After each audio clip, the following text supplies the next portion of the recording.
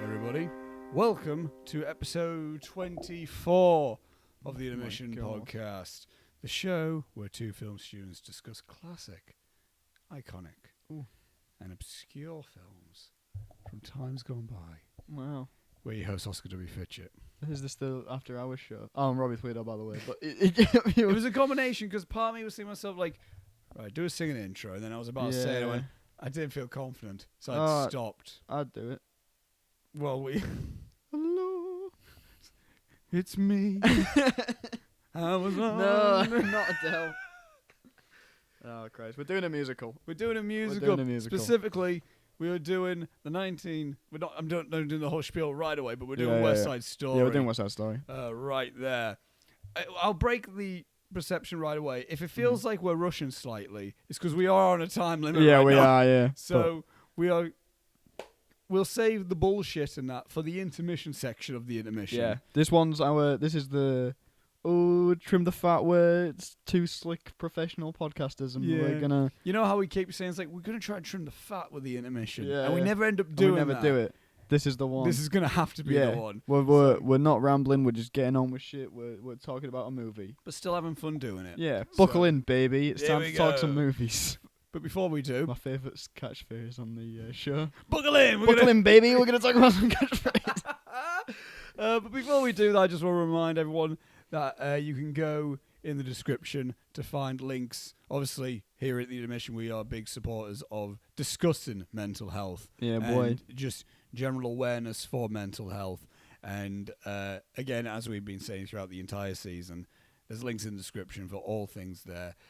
You have survived your worst days, and also another thing is like these aren't necessarily the links to solve your problems. These are the links for the first step to solve your problems. Keep that in mind. And also, this is a little tease for when we get to the intermission section, Robbie. Oh, hello. We both have GoFundMe links. Oh, we do. Yeah, fuck yeah, we do, don't we? For our final major projects for university. Yeah, Last week we linked Anna Banana BANT'S film. Big Bad Anna Banana Band. Yeah, you go. Her GoFundMe, still support her film, but also her links in the description, as well as the links for my film, Love Bethany, and Robbie's film. What's the name of it again? It's called A Story of Love and Interplanetary Warfare. There you go, that one. There's more information about the films in the GoFundMes as well, and even if you can't donate, it would just be a really big hand if you just share the campaign. Yeah, just share it about. Spread the word for both of our films. Yeah. Maybe a little bit more discussing about that in the intermission section. Maybe. Also in the description you can find time codes to skip around to the episode if you so feel like you don't want to only watch us talk. If you only want to watch us talk about the film, that you can see. There. You can do that. I mean, last week was a help because it was like only just halfway across the episode where we actually discussed the Hidden Fortress. Really? Yeah. Oh, good. So yeah. And also Instagram links, not only for us, but for the Intermission podcast itself. That's the best way to find out what films we'll be doing and any upcoming news involving Intermission. That's at the Intermission podcast. Also remember to subscribe to the YouTube channel, rate the episodes on Apple Podcasts, share, and all that jazz. Get the word spread. We're at 22 subscribers. Yeah. Again, as I said, I don't necessarily mind, but also there's a good chunk of you who watch the episodes that aren't subscribed, so do that. Just please. hit the subscribe button if you watch enough of us. Yeah, come on. And also, if you're new to this podcast, we talk spoiler warning. God, we talk spoilers, all the Yeah. spoilers about the films. All that we spoilers discuss. all the time. And the film that we are going to be discussing in all the spoilery detail this week, as we briefly talked about, is the 1961 romantic musical West Side Story. Directed by Robert Wise and Jerome Robbins, written by Ernest Lehman, based on the book by Arthur Lawrence, based on the play by Jerome Robbins, which in turn is based on the play Romeo and Juliet by William Shakespeare. Who? Yeah, I know, right?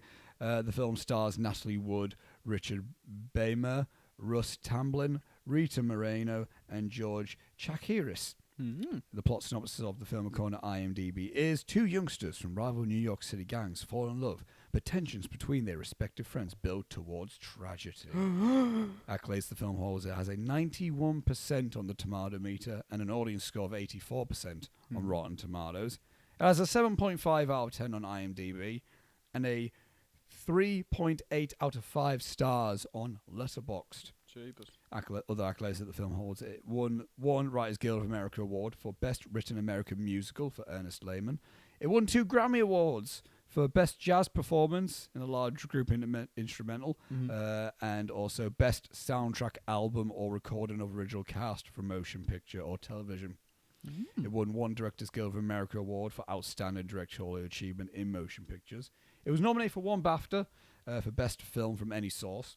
Cool. Nominated for 7 Golden Globes, including Most Promising Male Newcomer for George Chakiris, Most Promising Newcomer Male for Richard Beymer, and Best Director for Robert Wise and Jerome Robbins. And it won 3 Golden Globes for Best Supporting Actor for George Chakiris. That was Bernardo. Okay, cool. And also won Best Supporting Actress for Rita Moreno. That was... I forgot. Maria? Not Maria. Anita. There you go. And also won Best Musical Picture at the Golden Globes.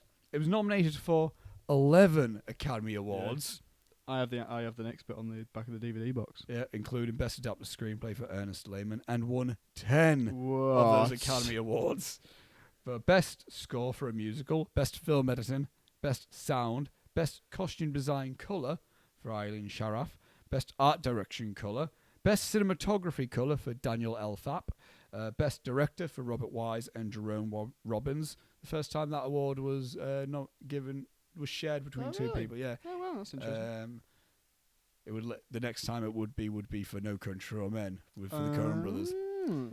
It also won Best Supporting Actress for Rita Moreno, Best Supporting Actor for George Chakiris, and it also won Best Picture of that year. And also, the biggest of the accolades that I knew of before going to this film. This is my mum's favourite film. Wee. So that so that was how I mainly knew about it. Was my mum loved it. My mum loves the film. She talked about how she found it.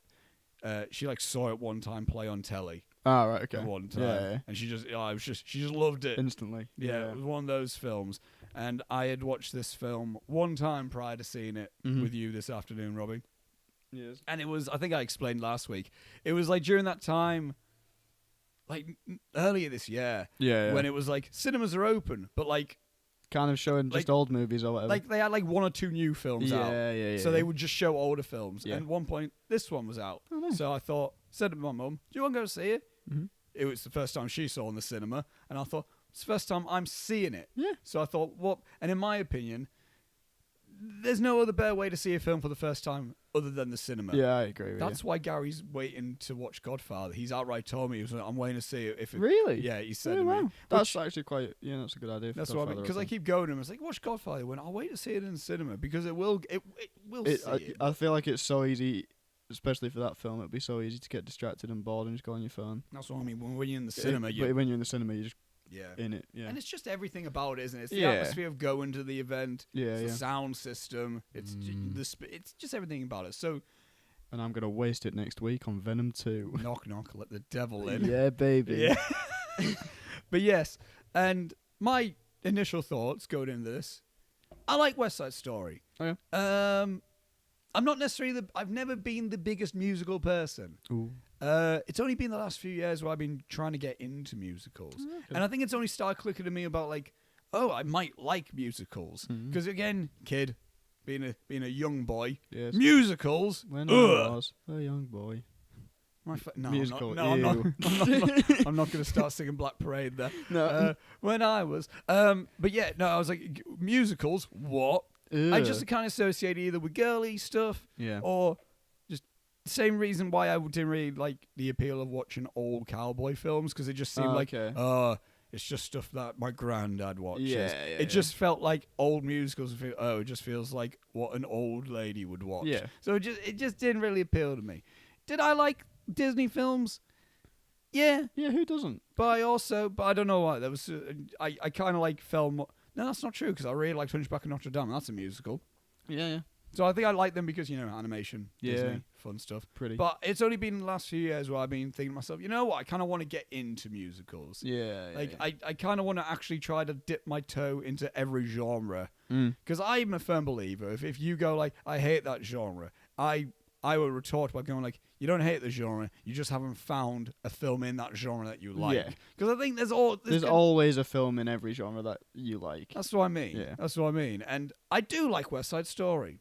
I think the first kicker of musicals for me, though, was when I actually watched Greatest Showman, and it clicked with me like, oh, I get it. So good. Like I was like, oh, I get it. I Yeah, get what musicals can do. I'm not saying Greatest Showman is impeccable cinema. Oh, but fuck, it's good though, isn't it? The opening, it's Oh the my opening God. of that was like, whoa, whoa, whoa, Yeah. whoa.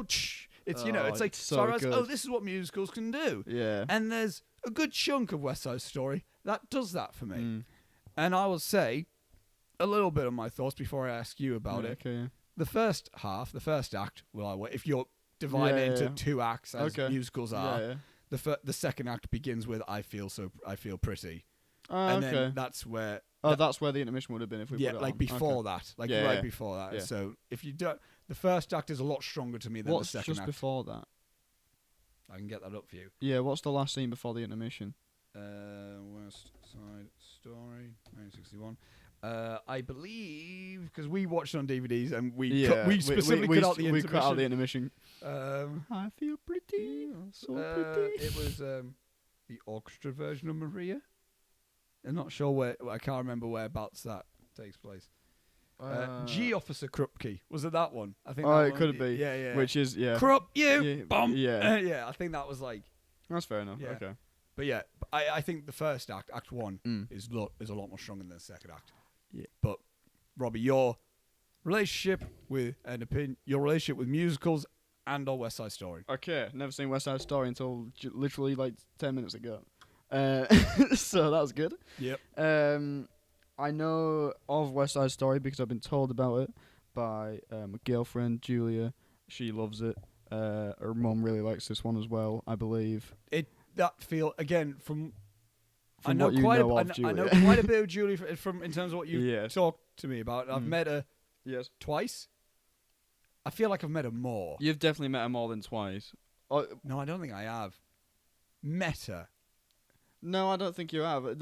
I think she's come to visit here twice, and those are the 2 times that you've met her. But you've met her multiple times through those times that she's been there. Yeah. That's Like what if she's I mean, there yes. for Like if when she's there for a few days, then you'll have seen her over those days. Yeah, probably. She came every for now my and again. birthday, and Yeah. but yeah, and obviously I know her opinions on the fact that isn't it a Collie family favourite of Some Like It Hot. Some Like It Hot is a Collie family I could favourite. see links. Yeah. Some Like It Hot. This 101 Dalmatians.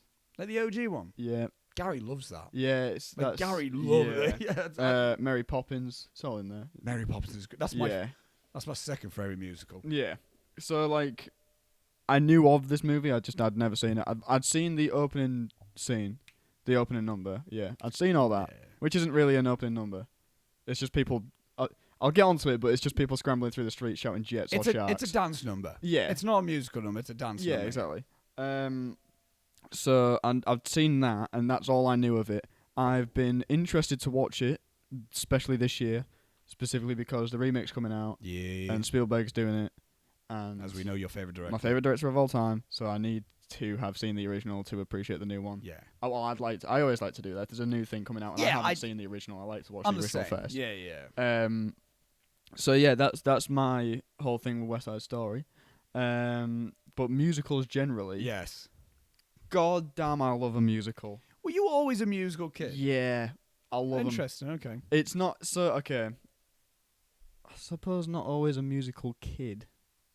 I liked Mary Poppins growing up, but that's the stuff that my mum would raise us on. Did you like Grease? No, I've never liked Grease. I liked Grease. Nah. Grease was the school play thing for us. Right. So I watched that, and that was also one of my nana's favourite films. Right. Okay. So I kind of like, where have I got? I've got it up there somewhere. I've got like the 40th anniversary edition up there, okay. And I went to see it in the cinema as well when it came out. It's cheesy, it's daft, it's silly. Yeah. But I do like Grease a lot. Fair enough. I'm not a fan of Grease, but like my whole thing with musicals is one of my dreams is to make a musical one day. That'd be fucking awesome. I love the vibe of a musical. Yeah, just makes you go like, this is. There's something about them. It's so good, and we'll probably talk about elements because again there are elements of that. Like But for me, favorite musicals, boom, La La Land. I'm gonna throw it out there, even though I would say that it's not really a musical. It's not. I understand. Do you know what I mean? Yeah. Because if you go La La Land is a musical, you go so songs and ballads and blah blah blah. There's like 4 songs in that movie, and it's like 2.5 hours long. City of Stars. Yeah, the opening audition. number. The opening number. But the audition. Oh yeah, the audition is a song because she sings that story about her auntie or something in Paris. I don't know. But yeah, like that. There's only like 3 or 4 songs in that movie. Yeah. Which so to me, it's like it's not really. It is a musical, but it's not musical. Yeah. Love Hamilton. Watched that last year. I love it. Was very excited for In the Heights. Very disappointed by In the Heights. I liked In the Heights. I'm not a fan. Weirdly, actually, with Mary Poppins, really liked Mary Poppins Returns. I like Mary Poppins. It was Returns. a good time. Yeah, I enjoyed it. I like it. I like the one. I like the cover. It's is the not Force the book. Awakens of the Mary Poppins. It is. It is the Force Awakens of Mary Poppins. But I enjoyed Cover Is Not the Book. I like the one where they're going through on a bathtub. Yeah. I like Cover Is Not a Book is my favourite one. I like Emily Blunt doing a dumb Cockney accent. It's a good time. Yeah. And also, Dick Van Dyke back doing it. Loved it. Yeah. But my the one that I'm going to throw out, which people will hate me because people will know more about musicals than I do because I don't know much about musicals. Okay. I just enjoy watching them. Okay, yeah, because that's another thing. I think it's safe to say neither of us are theatre kids. No, I'm not. We're not musical theatre kids. That's not what we were about. Like again, I was an extra in Footloose in my final. In secondary school in year 11, I was an extra in Footloose, so that's why I know Footloose quite well. So I was the chorus for that, so I know Footloose. I know, so I did that. But when I did drama studies, I didn't do the musical stuff. I did, and I did dancing, but I mean, I did Latin and ballroom dancing. I didn't do performing arts dancing. Like the only plays I'd ever been in were like school plays at primary school, and only one of those we ever did was a musical. Yeah, and it was a Christmas Carol. Yeah. And I had a song in it because I was Scrooge's nephew. I remember you saying which is a good laugh. And what was it? And so we're not musical kids in the sense of like we're not like. But I'm gonna throw out a really controversial one where people are gonna be like, "This guy knows nothing about musicals." I fucking love. I'm gonna get specific, right? Mamma Mia, but specifically not the second one, right? The second one. Okay, I haven't seen the second one. It's unbelievably and has no right to be so much better than the first one. Okay. It's great. Watch it. It's a fucking good time, alright? Jukebox musicals, I'll stand by it. I'm not hot on them. I don't like Moulin Rouge, which is again a jukebox musical. Yeah. Not a fan. Because you can and all that stuff. Don't like it. Get out of here. Not a fan. But I don't know. There's a weird operatic version of The Show Must Go On. There is. Yeah. It's weird, isn't it? One of my favourite Queen songs as well. Yeah. But yeah, Rocket Man, that's technically musical. Oh, Rocket Man's fucking fantastic. Yeah, Rocket Man's good. Yeah. I love that movie.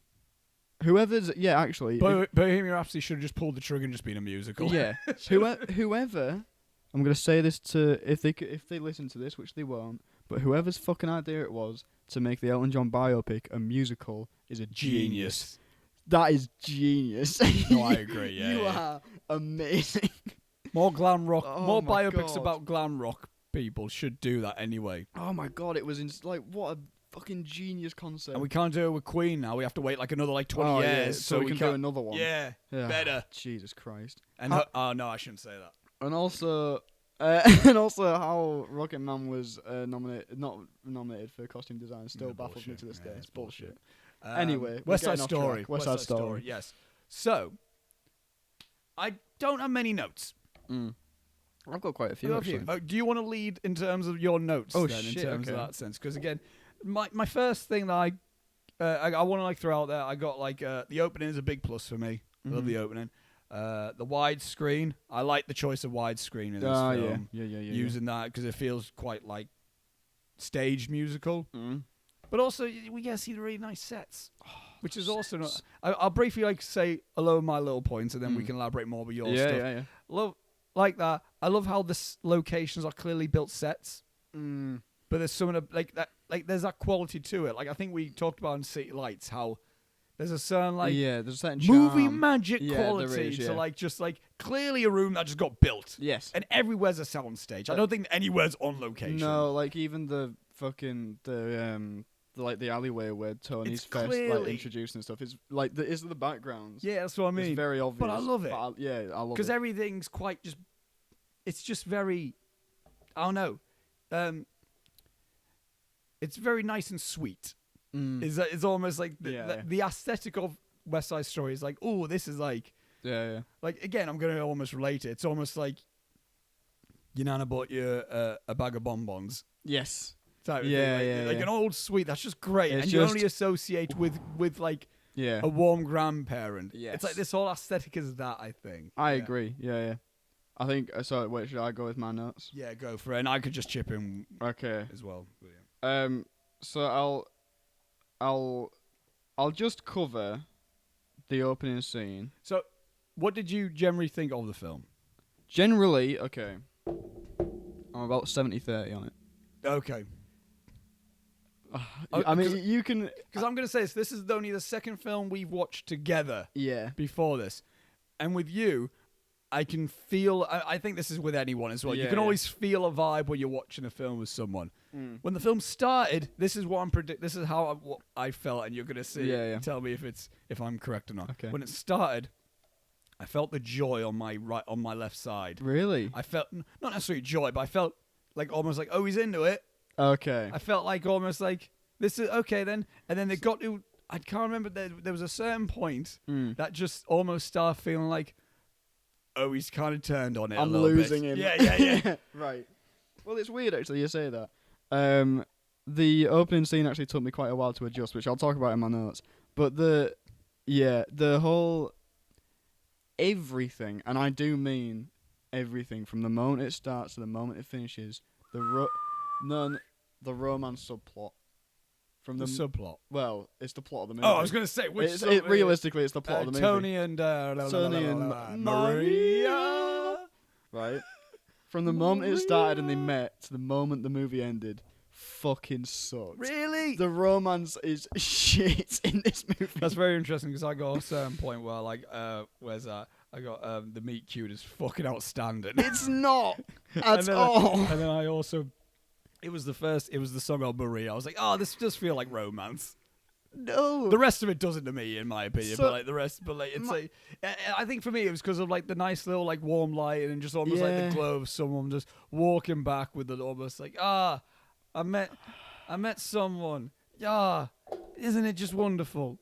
But right, okay. So this I would argue the rest of the film doesn't necessarily feel romantic. This is what annoys me about it. It's real Tobey Maguire and Kirsten Dunst syndrome for me, where they're saying things and speaking to each other how nobody talks, and you're like, what the fuck are you talking about? The bit where they met at the ball and everything. I loved it. No, everything goes black around them, and they're saying things to each other that don't follow on from what the last person said. It's not like they're having a conversation. Oh, the conversation.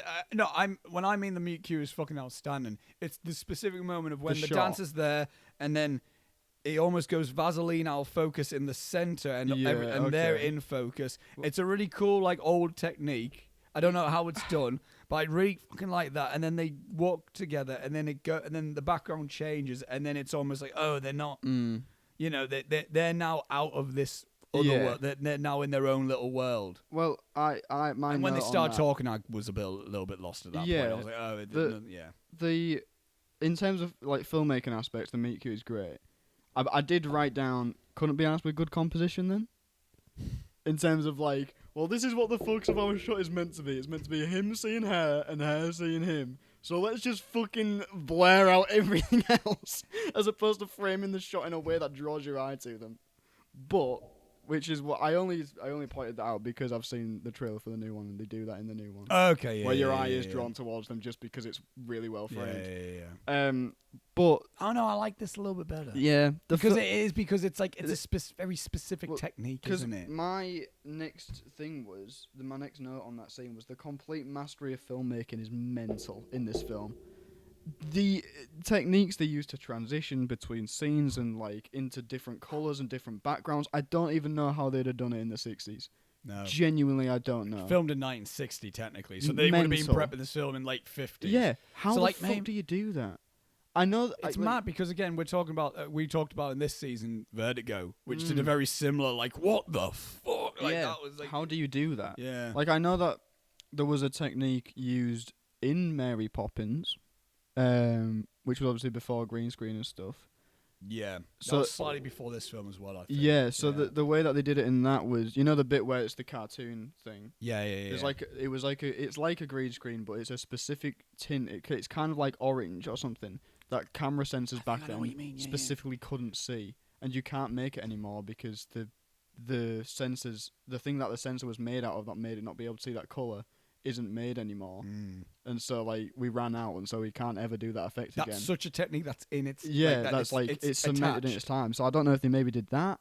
Are you on about the bit where Maria spins and then we transition to the dance? Well, that, and also the bit straight after the meet cute where Tony's walking towards screen and the background changes behind him and he's suddenly in a street. I thought that was rear view projection. Could have been rear projection. That's like because the outline it looked more like there was a rear view projector that, and then they had him like on a treadmill basically.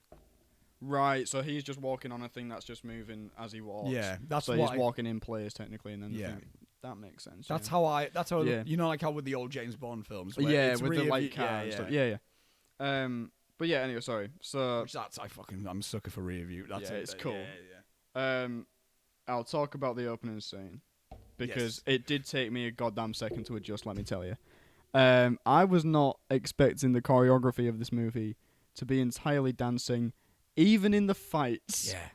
Which is very charming. When I imagine it'll be the charming the next time I watch it, because eventually I did go, that's really charming. But at first, I was like, a bit funny. Did you think? It's hilarious. It's so fucking funny. It's like when they're first that bit where where one of the jets is fighting one of the sharks or whatever, and they keep throwing stuff at each other, and then one of them falls, and it's like whoa, and then the other one's catching all whatever, and it's like this is so. I know what you mean. Yeah, it's like that one scene in City Lights where they. Yeah. And it took me a second to adjust to these are supposed to be the hard kids of this city, but they're doing fucking perfect pirouettes and like perfect ballet in the streets or whatever. No, I know what you mean. Yeah. What? I was like, is no one? I mean, no, I'm not saying people should be bullied for it because they shouldn't. No one should be bullied for anything. Just let people live their fucking lives. But if people were getting bullied by these people who were supposedly the hard kids, are you telling me you can't clap back by saying like you do fucking ballet in the streets when you're walking around? For well, obviously, this is just the world, isn't it? Yeah, because obviously it's a fantastical Hollywood musical. It's the same reason why we don't question when the fucking like a dwarf comes in or something in a fantasy film. It's, exactly. You know what I mean? It's the world that it takes or like place we're watching a sci-fi film and then there's just this big fucking alien and then we just and then someone's just casually talking to an alien. Yeah, we're like, that's weird. But in the context of the film, and in the context of a musical, people dancing about for no reason. Hard lads are going. Yeah, doing shit like that. But it's like, it's a good time, isn't it? Yeah. But I said I'll read out the notes. I think that's because that's impressive. The dancing is incredibly impressive. Because one thing I've discovered, I'm not necessarily. I like musicals. Yes.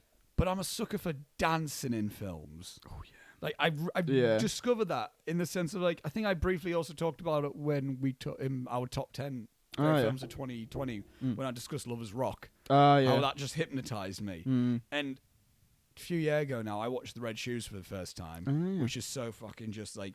Which I would like to cover on the Intermission or someone. Cool, but there's like just an 8-minute ballet scene.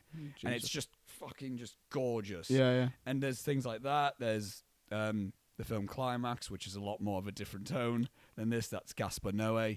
Where it's, if you know Gaspar Noé, he did Irreversible and he did the film Love. But Climax is the film where, I think I told you about it. It's the film where there's like a dance academy who get their punch spiked, and it's just this nightmarish fucking thing. But but there's a good chunk at the beginning where there's just this one take of the whole class dancing. Cool. And it's so just fascinating to watch them. And more recently, I watched the film Another Round. Yes. Which I'm going to tell everyone now will be somewhere in my top 10 of 2021. Oh shit! Oh, it might be. It's a spoiler. Yeah. I'm going to say it now. I'm going to need to rewatch it, but. It might be within my top 5. Oh my god! Obviously, the year's not over yet, so we need to wait to see. Yeah, we need to wait till we've seen Venom 2. Yeah. So Yeah, you know. Move over, Dune. French Dispatch. get out of here last night in Soho. I need to see Venom Let There Be Carnage, please. But that film has like an ending, which I kind of do want to watch that film with you. I'm scared at the same time that you're going to be okay. like, what the fuck? But I think you might like it. Okay. But I kind of don't want to tell you anything about it. I kind of Yeah, want to yeah. just show you. It's not long. Okay, So cool. It's Mads Mikkelsen, so it's Oh. it's Danish. Mads Oh, I Mikkelsen. like Mads Mikkelsen. But there's like a dance scene in it which is so cathartic and so like riveting, Alright. where it's a mixture of like drunkenness movement, Yeah, but also yeah. just really class choreography. Oh, There's just sick. something invigorating about it. Yeah, So one yeah. thing I realized, there's something about dancing in film where it can do a lot more than just what dialogue can. Yeah. And I do love me some dialogue, Oh yeah. but I'm also someone like, if I knew anyone that could dance, Mm. I would most likely just also make dancing films. True. It's like the thing with a musical number for me. If it's just singing, It's a bit... get it out of here. Like I don't want it. There's a few in this film where it's just, I'm just going to sing a song Yeah. for a bit. I'm like, this is a bit slow. But like... when there's- Maria. I didn't hate... The but Maria song sucks. It's the worst song in the movie. that had good camera. That had good Yeah, it did. cinematography in it. Like, Yeah. it was the first Tony song Yeah. where he's just kind of standing about. Maybe tonight or whatever. It's Yeah, called. yeah. Well, I'm a bit like, okay, this is a bit of a Is drag. that the one that I laughed at the end of? I think Yeah, it is. yeah, it is, yeah. Good. That one's a bit of a slow one. Yeah. But when we get to the other songs, Mm. where it's like singing, even if they're not even fully dancing for a bit, but then there's a dance section in the song. Yeah. It just gives something, doesn't This it? is why I think. Well, yeah, my favorite sequences in musicals are always the ones where there's a big thing happening, a big dance number happening at the same time as the song. The opening of La La Land, for example, Yeah, fair. is yeah. fucking awesome. It's I need insanely to cool. show after this. Mm. I need to show you the trailer for Young Girls of Rochefort, Oh, okay. which is my favorite musical, Oh, sick. Okay. and that's got some. That's Jacques Demy, who Damien Chazelle was heavily Yeah, influenced by. Cool. But yeah, no, I agree. It's like you need a good dancing section. Yeah. within it. Like Oh, that's always. that's why I kind of want to get Mona Jean Kelly, because that was him, Alright. wasn't it? Yeah, yeah. I need to rewatch Sing in the Rain, Mm. but there's also An American in Paris. Yeah.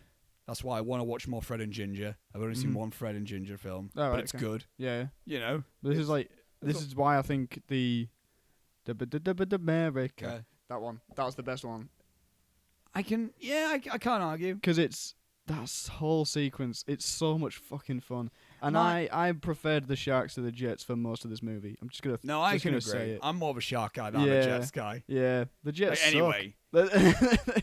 I don't mind There's- some of the. I like Riff to an extent. Yeah, I like that one that's like has that cool down song. yeah. Even though that scene is bizarre, and I'll Boy. talk about it, but it's Yeah, bizarre. I have a few. I have a few things about that song specifically. Yeah. But one thing is highlighted by the song in the America song, Yeah, yeah. and even the songs before that. Yeah. I like the America song purely because it has a great combo not only of dancing but storytelling Oh yeah. that advances the story and character depth. Yes. Because one thing I'm not a fan of musicals where they have to. We need to stop the film to sing a song. Because we haven't done a song in a while. And it doesn't Yeah. advance anything in terms of the story. Yeah. I don't learn anything else. Yeah. It's just, we now need a song. Yep. I like songs in musicals where it's like, it almost replaces dialogue scenes. Yeah, you learn about the characters, you learn about what's happening. Which is kind of why I also really like Greatest Showman because... that one where it goes is through it- his marriage. That's what I was going to say. Yeah. We see it starts when he's a child, and we go through a whole life, Oh my and by God, the end yeah. of that song, it's like, oh, I know them now. Yeah, yeah. It's And that- fucking great. that's And it's what I like, mean. it's like, what, 5 minutes? If that. Yeah, If that. really good. But like with the America song, it's like, oh, I understand the Sharks Yeah. entirely. I now understand Bernardo a lot more. Yeah. I understand Anita. Anita a lot Yeah. more. And even just not only immigrants in America, which is fucking Oh, great, yeah. timeless, Yeah. somehow still. Still, which is why I think that doing a remake is a No, great it, idea. it works. I kind of think. 180'd on the idea of a remake whilst watching the movie. I'll get onto it later Okay. on. But But like I mentioned to you, like there's a specific line where they again the women are trying to say like it's not bad being American or yeah, living in America. The lads are kind of like, nah, it's shit. The whole song's this it's interesting the dialogue. debate between them. Yeah, and all of them have good points. I like Yeah, all oh, because yeah. there's a bit where it's like I have a washing machine in America, Yeah. and then they go, but what are you going to use that on? Yeah. Like how? But or What do you have to keep clean? sort of thing, so exactly. it's- So it's like, okay, that's cool. Or like, it's like Yeah. different things. Like I can get a job. It's like only if you get rid of the accent, like Yeah. stuff like that. And like there's a specific one thing. It's like everything's all right in America, and they go only if you're a white in America. Yeah. It's like, why is that still Yeah. quite relevant now? Yeah. Again, we're two Brits talking about an American situation, No, but also but news. We know. I have to do a lot of research into this. You do. Anyway, so This film's actually quite fitting for you in the sense like your FMP is it's not a musical, but it's brightly coloured. yeah, I've And- got a dancing scene. You got do you have a dancing I have a scene? dancing Okay, scene. and it's and it's a romance with Yeah. a meet cute. So Yeah.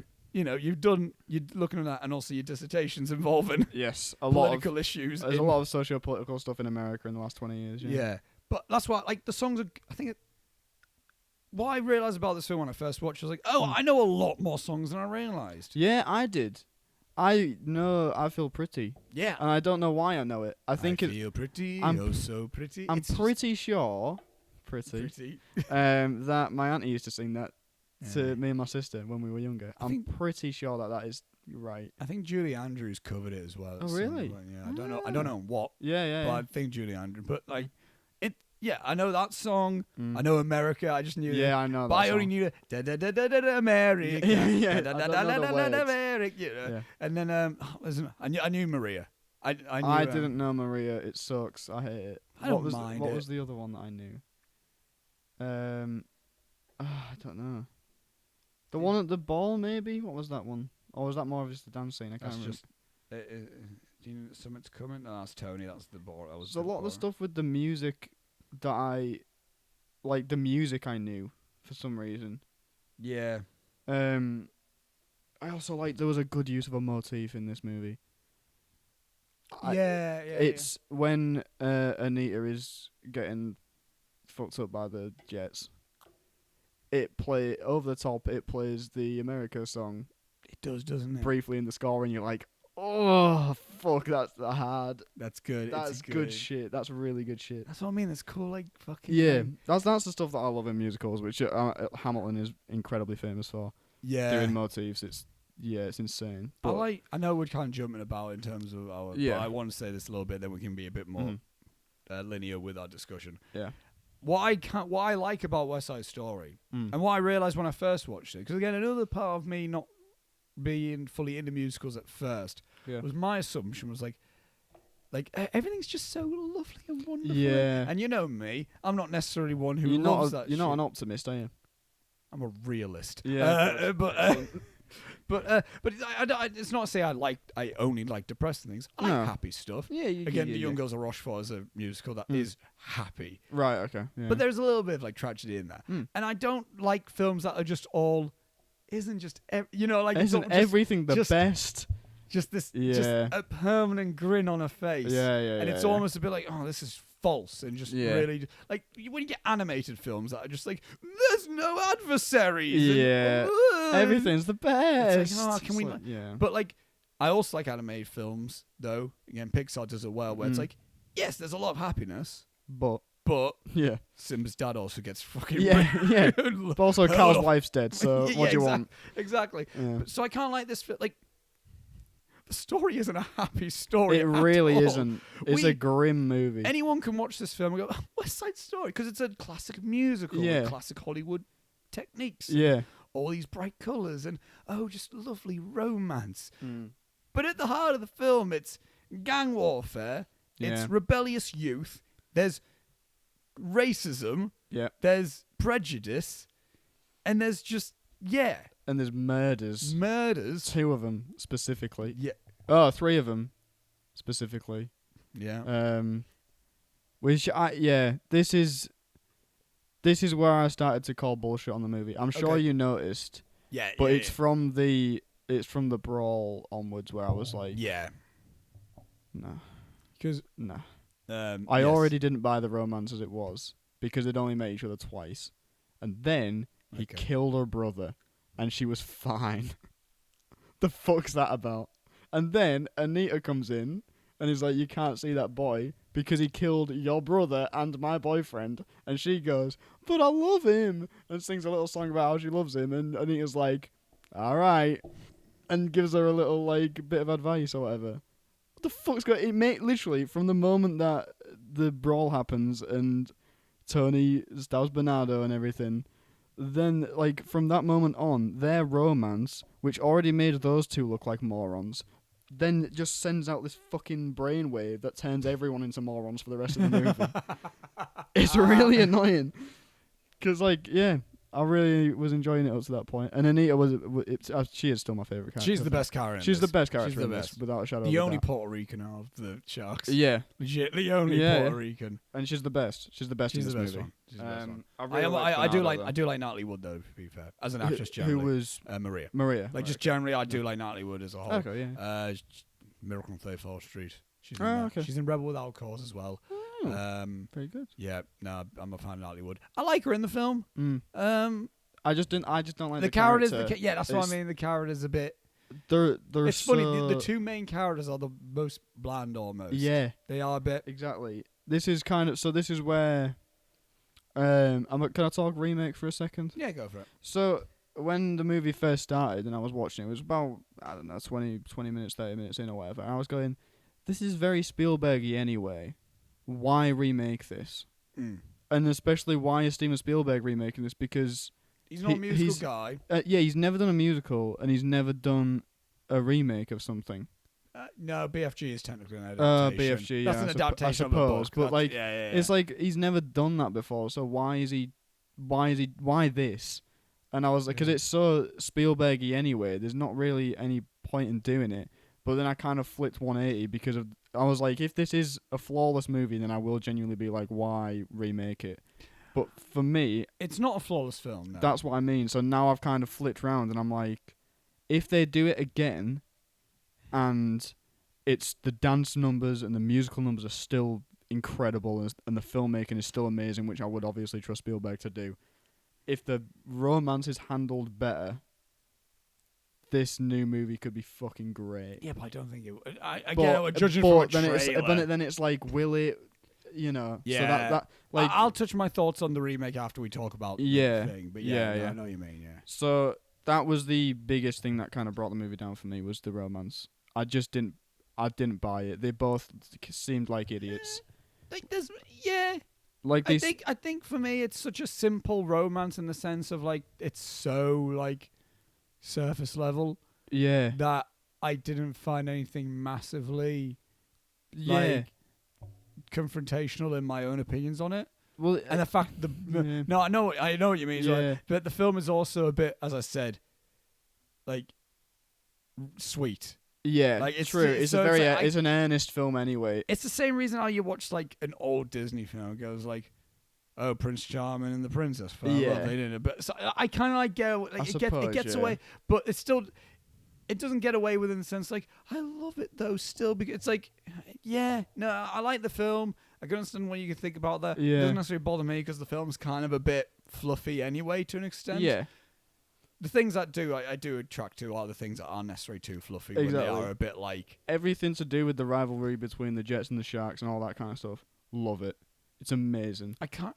Again, this won't happen because again, it's also technically an adaptation of Romeo and Juliet. Yes. So it's I was like, you said that, and then I heard about shooting having the gun at the end, and I was like, which one of them's pegging it? I was like, I remembered. I was like, Oscar said this was adapted from Romeo and Juliet. Yeah. Who's gonna fucking die? Who's gonna bite it? Are they both gonna die? Well, in Romeo and Juliet, they do. They do both die in Romeo and Juliet. But I like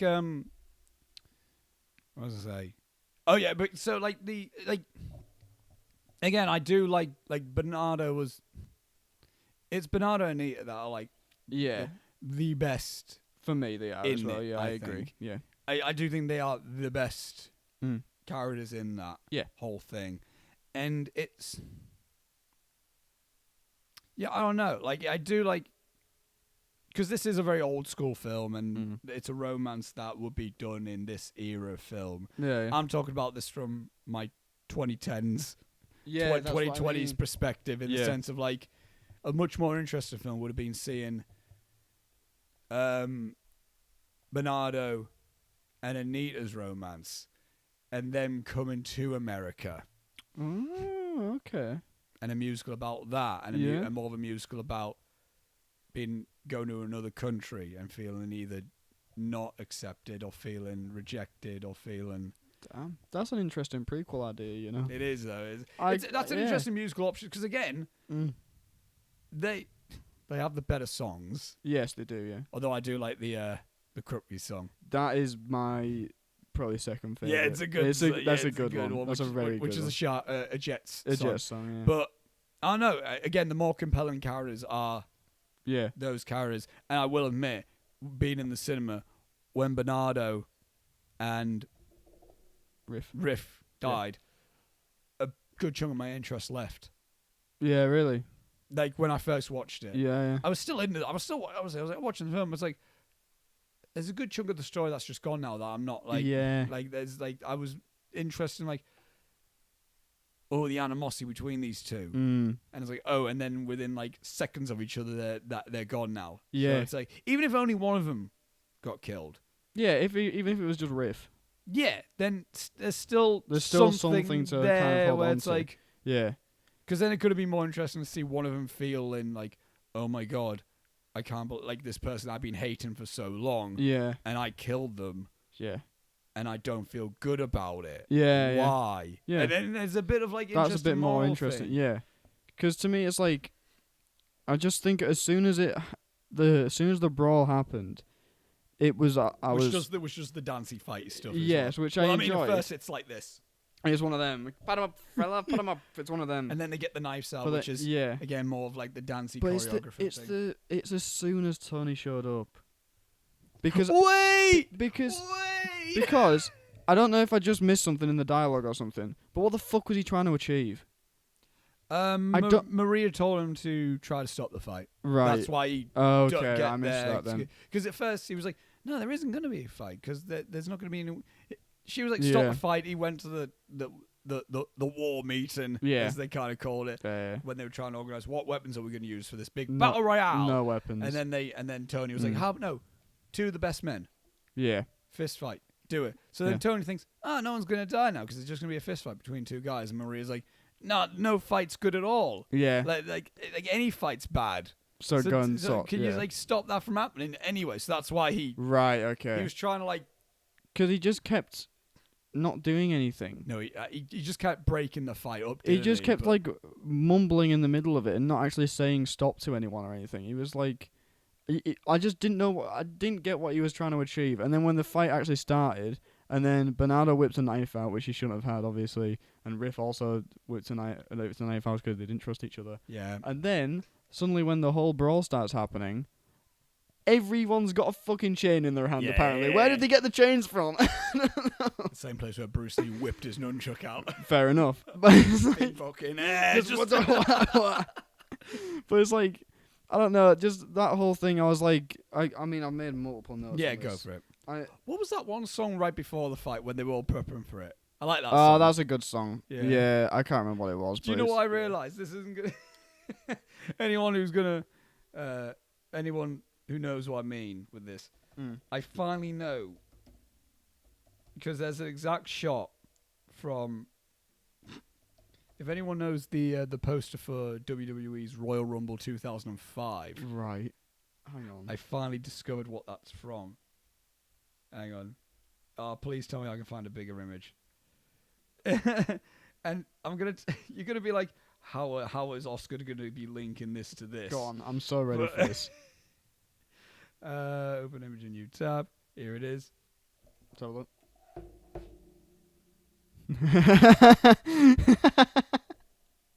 Was this supposed to be a West Side Story thing? It looks like it. I think that's definitely a riff on. And then my favorite thing is just Rey Mysterio with a wig on his mask. Still with the mask on, wig on the mask. Fantastic. So like, but like that's what I mean. There's a lot of iconic imagery in this film and aesthetics. There's some 4 notes in a row here. Yes, go for it. I don't buy the love story. Then what the fuck is Tony even trying to do? Then Tony sucks. Then I blame Tony. You verbally went, I hate Tony. Oh no! We'll continue the mic's died, everyone. We'll continue the Tony hate in a second. Hang on. Yeah. What was I saying? Tony sucks. Tony does suck. Tony's a fucking moron. I didn't mind him He's he's just so fucking saccharine for no reason. Like he meets Maria, right? They speak inexplicable dialogue to each other that doesn't mean anything or make any sense. My hands are cold. So are yours. So are yours. Your face is warm. Your face is pretty. Yeah. It's What are you doing? Just talk to each other like normal people. And so then that is supposed to be the meet cute where you go, damn, I like these two together. But then it gets broken up before they can do anything that actually makes you go, oh, these two are cute together. And then you have the Maria song, which is boring and sucks. Maria. It's just, he keeps just saying Maria over and over again. I wrote a note there saying, what was her name again? When the song ended, because I'm really funny. And then they meet up one other time, and they're talking about marriage and preparing vows. Maria, the most beautiful sound I ever heard. Maria, Maria, Maria, Maria. All the beautiful sounds of the world in a single word. Maria, Maria, Maria. Maria. I've just met a girl named Maria, and suddenly that name will never be the same to me. Maria. I've just kissed a girl named Maria, and suddenly I found how wonderful a sound can be. Maria. He's just saying her name over and over again. It sucks. Didn't you do that? Julia? No, I didn't. I didn't do that because it's fucking stupid.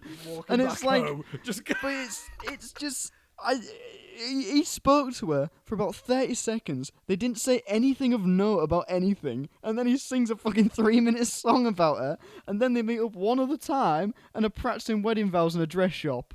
No, that wasn't that time. They met when they went. Oh yeah, they went to the fucking fire. You know the Romeo and Juliet scene. The fire escape. Which again, when he was going, Maria, it's like shh. Yeah, just shut. And he keeps shouting Maria, and everything he says is shouted. He's always like, "You're the most beautiful girl." And she's like, "Shut the fuck up, my dad's there." Your mum's right there. Shut up. He's such an idiot, and he's lovesick, Robbie. I don't care. No one in the world after meeting a girl is like that. Or you're mental and need to go somewhere to get help. Or you're living in a musical. It's just stupid. And then the ending thing. Imagine if I'll throw a hypothetical out there. Right? Julia has a brother. Okay, so I'll use this in terms of the hypothetical. Yes. Imagine if me and Julia met at Starbucks and liked each other, right? And just instantly fell in love with each other from the first shift we ever had together, from my trial shift at the store, and then as you're making latte art. Yeah, which. Again, we didn't speak to each other, and then I walked home, sang a full fucking musical number about her, snuck to her house, and then just shouted outside it, and she went, "Shut up," and I just kept shouting for no reason and saying her name over and over again. And then I stabbed her brother after 3 days of knowing her, and she's like, "Cool, let's run away together." What the fuck is that? That's a Bonnie and Clyde situation. It's weird. I don't get it. That's Bonnie and Clyde right there. It doesn't make any goddamn sense. No, I agree. Why was she so cool with the fact that he'd stabbed her brother? It's when Gino was like, came up with shit kicked out. Yeah, but he was like, "Oh, it's Bernardo. He's here." He's like, what about Tony? Is Tony okay? Who gives a fuck about Tony? Your brother's dead. Tony killed him, did he? Yeah. Who cares? Your brother's dead. Who cares about this guy you met 3 days ago? Fucking what? You meet another one. Come on, yeah. What the fuck are you doing? You're still young. Oh, but you know, Romeo and Juliet and that. Fuck Romeo and Juliet. I mean, yeah, Romeo and Juliet isn't exactly. It's the more overrated Shakespeare. Yeah. So, it pained me. The whole romance. I don't get it. I hope that gets put on the Instagram as another I can clip it out. A rant clip like the fucking Jurassic World thing. It's just stupid. But also, I can totally understand completely falling in love with Natalie Wood at this time period. Hey-oh! Way-oh! Yeah. Yeah, she's very good in this. I like the I Feel Pretty song. I like I Feel Pretty, good. Okay? That feels very Mary Poppins-esque where they are dancing. Yeah, I like that. Not the Amy Schumer film. No. Do you know the Amy Schumer film, I Feel Pretty? I know. She bangs her head and then she's like, "I'm the prettiest person in the world." Yes, I do. It's problematic. But this song, though. Yeah. It's a jolly song. Yeah, it's good. It's very playful. I think that's the best bit of Maria as well, where she is quite playful in the sense where she looks in the mirror and goes, "Who's that girl in the mirror?" Yeah, it reminded me of the best song from In the Heights, which is the Tell Me Something I Don't Know scene in the hairdressers. That's good. Yeah. It's the best song in that movie. It's great.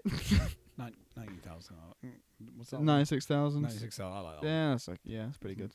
But that's a combination of the scene entirely. Yeah, that's pretty sweet. That's the first time I listened to those songs was from watching the film. Oh, okay, I get what you're saying.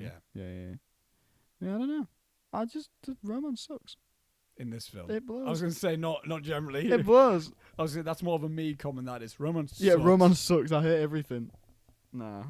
Let me just watch this movie. Let me just watch Her for the 50th But time. But yeah, again, like this is why I think there's a lot of visual. Remake's a good idea. Yeah, I think there's a lot of visual ideas in this film that do feel romantic. Yeah. Again, I agree with that. You mind again the song Maria and the whole like context behind Yeah. it is not, but I do feel like visually that is quite a romantic. Oh yeah, because everything's scene. got like a nice red kind of God, the hue lighting about in it. this, It's man. beautiful, I love the man. lighting in The this. lighting's great, which I think comes with the shooting it on a set, shooting everything on a set. You can control so Everything's much. controlled lighting and On a completely different type of topic, genre, but similar related technique. I've been watching a lot of horror lately due to research for dissertation and FMP stuff. And I rewatched The Babadook for the first time in a while. And they were actually going to... I watched the behind the scene making of thing of that, and they were saying like, well, they were, because the original short film was in black and white. Right, okay, That was based on it. And they were going to keep this film, The Babadook, in black and white, All right. to be more reminiscent of German Expressionism. Yeah. Then they decided, oh no, maybe we can do colour, but still keep German Expressionism in black and white. And they just kept a very muted colour palette. And the way they did that within the house, they just painted the whole house grey. And they made sure to specifically have items that didn't stick out brightly coloured. Yeah. So they kept it all still very muted, but colours. So it's still really? which is kind of how Dr. Caligari manipulated sets, which they painted shadows, didn't they? And That's stuff. really interesting, actually. So yeah. I guess in some way with this, Yeah. how do you make the world...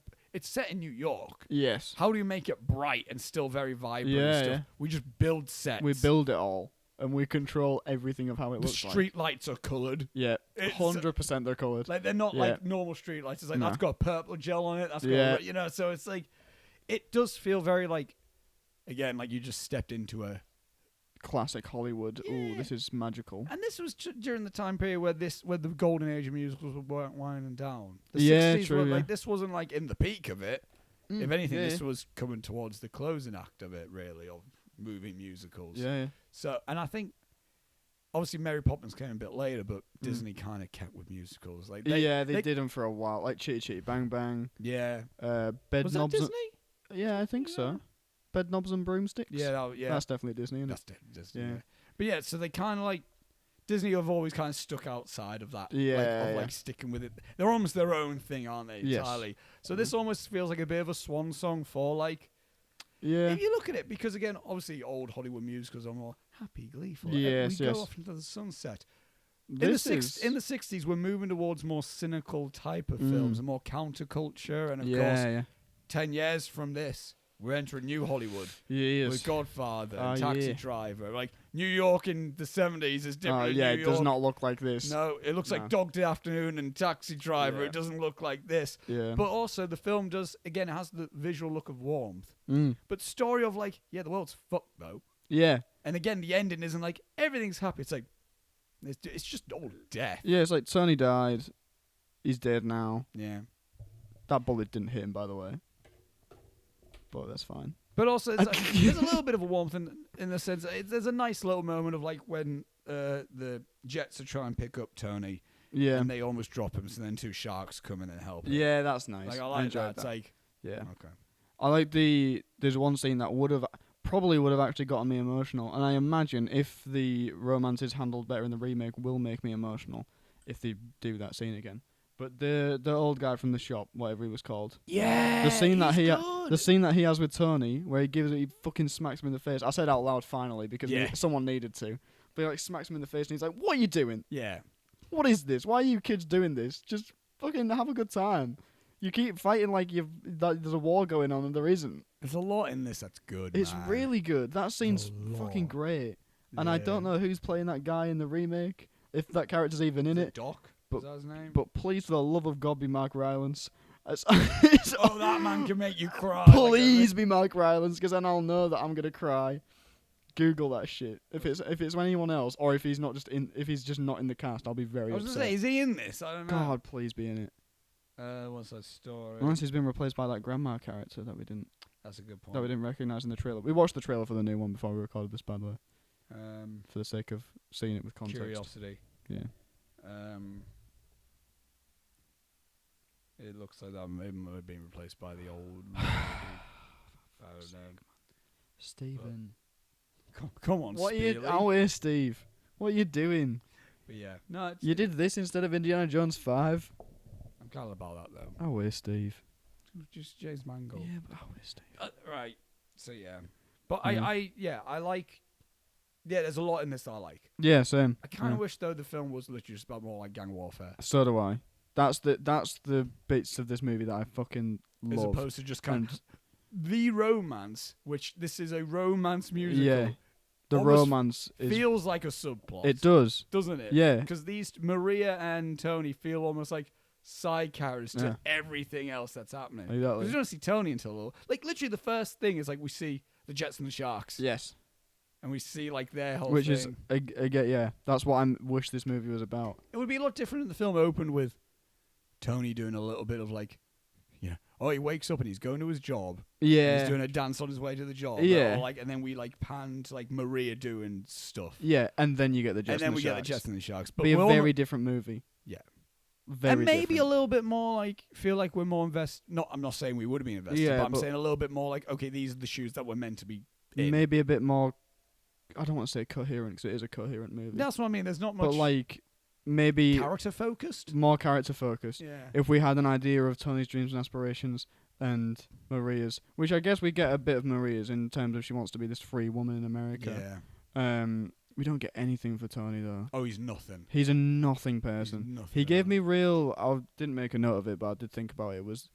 He gave me real Christopher Reeves and Superman vibes Where he's when we first met him, where he's just this nice, fucking optimistic dude, but like there's nothing much to him. But then again, Christopher Reeves, and I'm not saying about Christopher Reeves and Superman.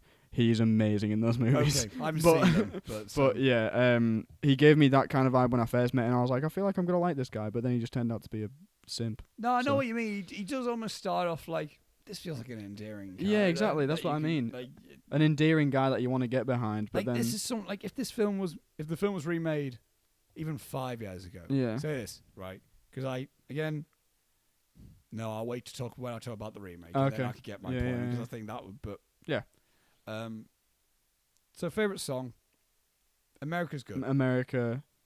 Again, more so thingy. because of the scene in context with this Yes. as well. I think as a song, Yeah. independently a song, Yeah. I like the Officer Crumpkin. Officer Krupke song. Yeah, 'Cause that's that's got that's like a- my second favorite It's one. got like a rhythm to it. It's got Yeah. again, that's a nice little also commentary on things where it's like yeah, the system of like kid gets arrested, go to the judge, goes, he doesn't need a judge, he needs a shrink. Get Yeah. a shrink. He doesn't need it, he needs So a he job. needs job. social- He's yeah. not. It's just and then Yeah. it's a long process to where he's just going to get behind bars anyway. yeah. It's a night again. It's like Again, it tells you something about the outlook of these characters, yeah, where as they're opposed to just being a song for song's sake. and again, there's dark little things in there Oh, where yeah. where he goes like, my mother's a junkie, my father's a drunkard. Or Yeah. it's like it's still like. It's like fuck it up. Yeah, like they're fucked up because they come from fucked up. Yeah, They're on the streets because they're safer on the streets than going back Yeah. home. because they come from fucked up places. That's what I mean. Yeah. Because again, if the America song gives depth to the Sharks, Mm. the Krupke song gives depth to the Jets. Yeah, and there's a bit where Apart from, so it's not just the Sharks are Puerto Ricans who are immigrants and Americans Yeah. hate them. yeah, Americans it's not are just like- that. It's like we don't feel like we belong anyway, so then his people coming over anyway. Yeah. It's like so it's It's it's complexity. It's not one group isn't the bad guys yeah. and one group isn't the good guys. Yeah. It's all shades of grey, which I Yeah, liked yeah, about yeah, this. yeah. I really liked about this And movie. especially like because that scene with Anita Mm. towards the end, it's one of the more. It's I heartbreaking, wouldn't think I would say there's an unsettling scene in a musical, but like it's this, very unsettling. because it's not a musical number as well. No, it's So just like- them. Yeah, it's not. it's just them being horrible like that. But then that scene, I think it's something that needed to happen because it says a lot, and I think it's a very prominent and very topical I scene in the I movie, agree. but it made me really dislike all of the Jets. That was what the actors' concerns were about that scene. Yeah. As well. They're like, no one's gonna like us now. From that scene, I was like, you're all just arseholes. But then I guess they are through the whole movie, really, when you look at it. Yeah. Like they have a few charming musical numbers, and we like Riff, but at that point, Riff's dead. I don't mind the Cool it guy. I'll say about that song because I said about how the songs are like. I like them when they advance a story. Yeah. This was the one song I just didn't feel like it. The whole the whole sum up of that song was like, let's just chill. out. And then that's just what. Yeah, that which could have been a line of dialogue. Yeah. Because like that, so this. Or even like simple it down to just chill. Yeah. Chill. Yeah.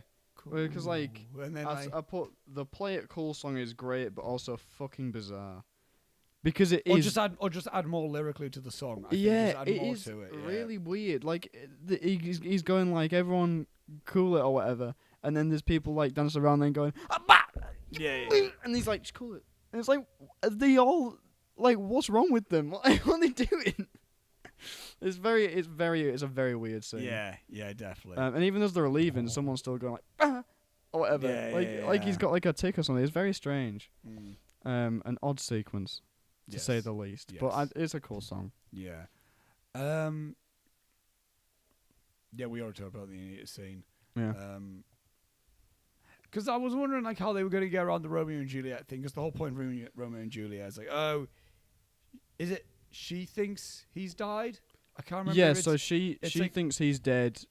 Because didn't he fake his death? So I can't remember the specifics of Romeo and Juliet. Yeah, she thinks he's dead. He isn't actually dead. She dies. He wakes up and goes, shit. She kills herself. Yeah. Then he wakes up. Then he sees Juliet's dead. And yeah. He kills himself. So he kills himself. I always thought to myself, how are they going to do that in this setting? Yeah.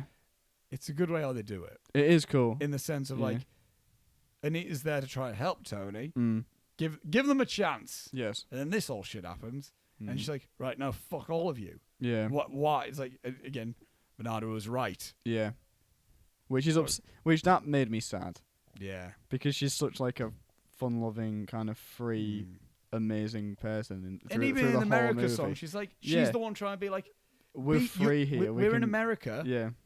Try to be American and just accept. And then like it's really heartbreaking when she says Bernardo was right, and I'm like, oh, but he wasn't though, really. And it's but he was at the same time. It's it's upsetting. And then she spitefully goes, yeah, you know what? Maria's dead. Yeah, because she's her interpretation of that would be she would end up going home and going like, you're never seeing them ever again. Yeah, exactly. Like, yeah, right away. No. Yeah, he thinks you're dead. You're never gonna see him again. Yeah. Whereas it made him go, Gino! through the streets again, just screaming a name over and over again like a moron. Come and find me, Gino! Just over and over again, man. I'm like, come on, dude, get a new thing. Why is your whole thing just shouting people's names? And then he got popped. But the bullet didn't hit him. But that's fine. I mean, it's a movie from the 60s. It doesn't matter. But yeah, he gets shot. So he thinks that she's dead. So he's kind of killing himself because he's like, come and shoot me then. Well, there's all and then he dies and she finds him, but then she doesn't die. No, which I'm fine. Which is fine because she could have very well grabbed the gun and run. Bah! Yeah. Which I think censors would have went wild. Yeah. Oh my god. Here's a thing for Mr. Spielberg if he's listening. Don't do that in the new one. Just because censors are more lenient, please don't make Maria pop herself in the face. For God's sake.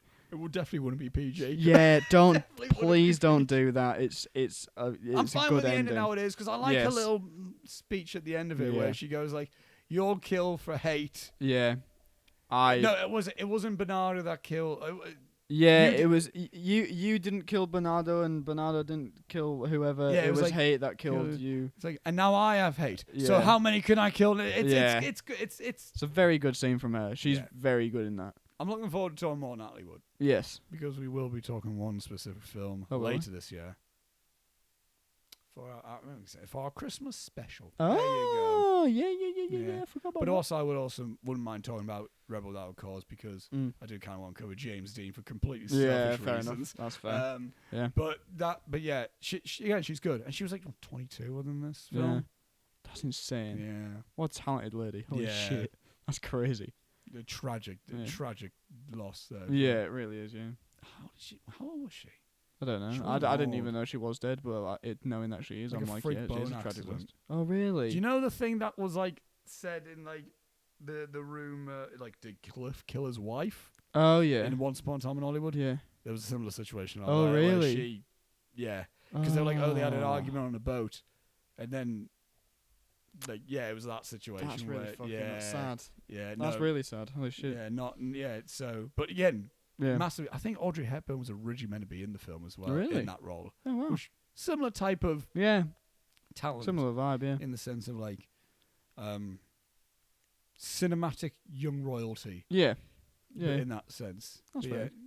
Yeah, she's good. I kind of wish like Marie had more then. Yeah, for so do that I. reason, cause it's like, she feels slightly wasted sometimes, but then when she does get given stuff to do, she's great when she does it. yeah.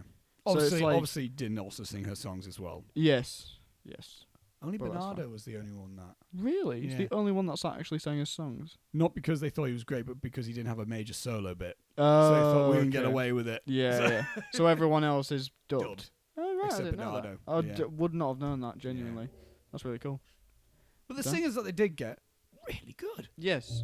Yeah, Really really good. I think Tony's one caught me off guard a few times. His one's good. Yeah. Like, his singing's good. Yeah, Like, very whoever good. the singer is in that is good. But Yeah. But yeah, I enjoyed this. It's one of these I ones I'm enjoyed glad this a I lot. watched it. Yeah, same. And I'll get on my point about the music, the remake The in remake, a second. yeah. But to wrap my thoughts off, Yeah. I do really like this film. Mm-hmm. Would I watch it again? Yeah, I would. Yeah. Yeah.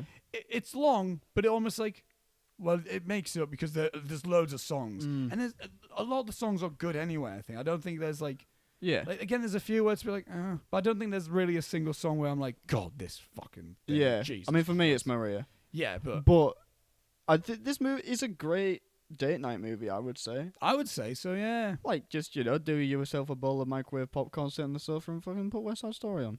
Have a good night. It's one of Because you these, would. It's a really, really enjoyable, good time movie. and obviously it's a classic in the sense of like, Yeah. it's iconic in the sense of people like know it. Oh, In yeah. a sense as well. And I feel like it's one of those where now, if someone says they haven't seen it, I will be like, watch that movie. It's fucking great. You should see it. I It's think really people good. will be surprised with how, again, relevant it still is. Yes, unbelievably so. Like, still, Yeah. like, I wouldn't walk out this film going like, I appreciate because I'm a filmmaker and I can appreciate looking, Yeah, but yeah. like, how some people might walk out of a film and go, God, that was fucking old and boring. Yes. You can still watch this film and still see a lot of like relevant stuff in it. Yeah, I agree. Like this, like even the characters still feel quite real and natural in a sense. I would say yeah, I agree. Yeah. more so Yeah. again, more so the sharks. I think. Yes, definitely. Like you can see a community there, and it feels like I don't know. You understand? You get the sense that they all live in the same tower block, Yeah, which I like that kind of sense of community that they have. Yeah, Which is something I always like in a movie. I love it. Yeah, I love a bit good of sense of community. I Yeah. mean, we talk about Days and Confused and how much we Exactly. fucking- Yeah. I love a Stuff bit like of that. Stuff like Goonies. Yeah. You know. Yeah, But, but it makes me yeah, happy. West Side Story, Good time. good time, good Yeah. time. Give it a watch. And in terms of my thoughts on the remake, Yes, I want to hear this. we're talking about like obviously. I'm a little bit vocal in the sense like I think 2010 Steven Spielberg is all not good. What? All not good. You fucking leave Right, him alone. Right, Warhorse. I liked when I first watched it. I have no yeah, intention. it's of kind watching of it again. slow. It's not my thing. Tintin. Thoroughly enjoyed Loved that. it. Thoroughly- Tintin is fucking has awesome. no right to be as good as It this. is slept on. No, that it is, movie. it is. really is slept Yeah, on. no, it genuinely is. Do you know who wrote that? Edgar Wright was in it, and Stephen Yeah, Moffat was also Stephen in it. Moffat. Yeah. Which is weird. Yeah. But that's also why Doctor Who took a hit that year, because he was clearly focusing on other Really? things like Tintin and Sherlock. Yeah. Because he had a series of Sherlock, he had Tintin coming out, and he had a series of Doctor Who to do. That's right. Yeah. And Doctor Who was the one that took the hit. Let me tell you. That was Ooh, the one- baby. that was the one I wasn't watching. Yeah, yeah. Ooh, boy, did it take a hit. Holy shit. But yeah, and I didn't watch the BFG. Yeah, it's Jesus nice. Christ. It's nice. It's nice. Right, I like the animated one. That's lot. fair enough. A lot. Then don't watch it. Cause and I'm you'll also quite a big Roald Dahl guy anyway. yeah, you'll actively hate it. I've started seeing clips because my niece was watching on an iPad. I was like, what the I didn't say what she was watching, no, but my mind was going like, what the fuck is this? Yeah, some of it is bizarre. What is this? Mark Rylance is really good as the BFG. Which leads me on a Bridge of Spies I found boring. I like Bridge of Spies a lot. I know what you mean. It is slow. I know what you mean. God, it's slow. And Ready Player One is one of the worst films of the last decade. I love Ready Player One. It's I will stand by that. I know. Don't get me wrong. I know that movie is bad, and I should hate it. You know what I hate in cinema? Reference, baby. That is everything I hate in a fucking film. Yeah. And it's so, oh God. So, I know what you mean. when I see Steven Spielberg's remaking West Side, it doesn't give me hope. That's in that fair sense. enough. What about The Post? I didn't see it. I haven't seen The Post. I haven't seen The Post. I was good. I have never been less interested in a film. Meryl Streep and Tom Hanks. I couldn't give a fuck. But, so I see he's doing this. Yeah. And I go, oh, no, okay. It excites me. And I see the trailer. The first time I see the trailer was before I even watched the film. Yeah. It doesn't look visually interesting at all. Really? To me. I think it looks pretty. And especially after seeing this film. Yeah, because this movie's pretty. There's there's nothing. Yeah, that, mate. So if they do the romance, fine. Okay. Yeah. But they just took another complete chunk out of it where, like, the atmosphere that's done in this film is the whole point of, like... Yeah. Like, so if a film could do the romance really well... And if they can do the aesthetic like they did in this, God, you got maybe the most romantic film ever. Yeah. But this film's not going to have that. And also, I mean, I don't know. We're going to see it. I'm very cautiously optimistic about it. Yeah. Is how I would describe how I'm feeling about it. And I'm going to be seeing it with my mum. Yeah. So I always... to be interested to gauge what she thinks of that. Yeah, yeah. Jesus Christ. My only thing is, every single time I hear he's doing anything, I always want Spielberg to have a win. No, that's fair. Every time. It's the three. It's him, Sam Raimi. Whenever he's doing anything, I want it to be a win. God damn you, Oz the Great and Powerful, you piece of shit. And again, Edgar Wright. Whenever he does anything, I want it to be amazing. Nothing. He's currently on a high. He hasn't had a dip. So he's not made a single bad film. Some of the reviews of Last Night in Soho worry me, but I'm still very excited about that movie. I heard similar shit about The World's End. Yeah, exactly. And it's like, because that's got like something like 70% or something. Yeah, a lot of people weren't fussed on it. I think because what's that about? I think they were expecting a funny film like Shaun the Dead, not fuss, but then it kind of was a bit dramatic. It's so good. So good. It's so good. It's my favorite of the Cornetto trilogy. Really, yeah. It's my second favorite. That's for Hot Fuzz. Hot Fuzz is still my favorite. Yeah. But I think in terms of a remake, yes, what would have been absolutely brilliant from my point of view is if it wasn't made even now, if they remade it 5 years ago, and you got one Mr. Damien Chazelle to do it instead of La La Land. Yes. Do I have to? If I agree to get in this movie, do I have to lose La La Land? Is that the agreement? Because that's impossible. No, yeah. You understand that, don't you? No, yeah, because it was literally 5 years ago. Yeah. But like, okay, in a situation where they both come out, okay. let's say this, he somehow managed to do La La Land and this film. At the same time. Yes. Yeah. And so, because we see with La La Land, you can do the visual romance of it all. Yeah. Which is, when we eventually do our commentary, you'll know my full opinions on what, because there's a lot in that where I'm like, fuck, that's gorgeous. Yeah. That's everything I want in like a romancy musical. Yeah. So you do that, and you get Tony, Joseph Gordon-Levitt. I knew you were going to say JGL. Because I'm not being funny. As much as that's me being selfish because he's my favourite actor, but also that's a man who loves a musical himself. Okay. I think he's trying to direct one with Channing Tatum as well. Really? I think so. That's interesting. And also, can you think of another man that's just going to make you naturally fall in love with him and to be Good point. Because my instant thought was when you said Damien Chazelle and doing it, I was like, Miles Teller. But I know that he's famously a cunt. Yeah. So. And then you know what? You get Ana de Armas to be Maria. Oh, she'd be great. Yeah. That's what I mean. Yeah. A Joseph Gordon-Levitt and Ana de Armas in a West Side Story directed by Damien Chazelle. Yeah, that's fair enough. That's everything I've ever wanted. That would be fucking neat. Yeah, that'd be fucking cool. My only thing is I just wish the director who had a bit of style would be directing a remake. Don't you fucking dare. 2010 Steven Spielberg. You're telling me his style isn't just grey? Spielberg generally has a style, and it's not visual. That's what I mean. But Spielberg... Do you know what is something that upsets me about Spielberg at the minute? Because he doesn't stop. No, I'm a little bit disappointed about this, actually. J.J. Abrams stole everything from Steven Spielberg, and now Steven Spielberg in his movies does lens flares. He does. And it pisses me off because it's like, don't give him the fucking satisfaction. He stole everything from you and doesn't deserve it. Don't give him the satisfaction of using one of his things to be like, I quite like what J.J. Abrams did. You like it because it's you. Don't do that, Steven. You're better than that. But yeah. Fuck J.J. Abrams. I'm interested in the remake. I'm very interested in the remake, yeah. It is the equivalent of if like Martin Scorsese remade fucking Lawrence of Arabia. So if Martin Scorsese got announced to be doing the remake of Some Like It Hot for no particular reason, I was going to what the fuck I was going to say Lawrence of Arabia because he did Silence, so he just does Lawrence of Arabia Silence, which would pique my interest. That'll be hell for you. Silence is so boring. But granted, I saw it when it came out, and I was 13 when that movie came out. It came out for us at January 2017, so you would have been 16.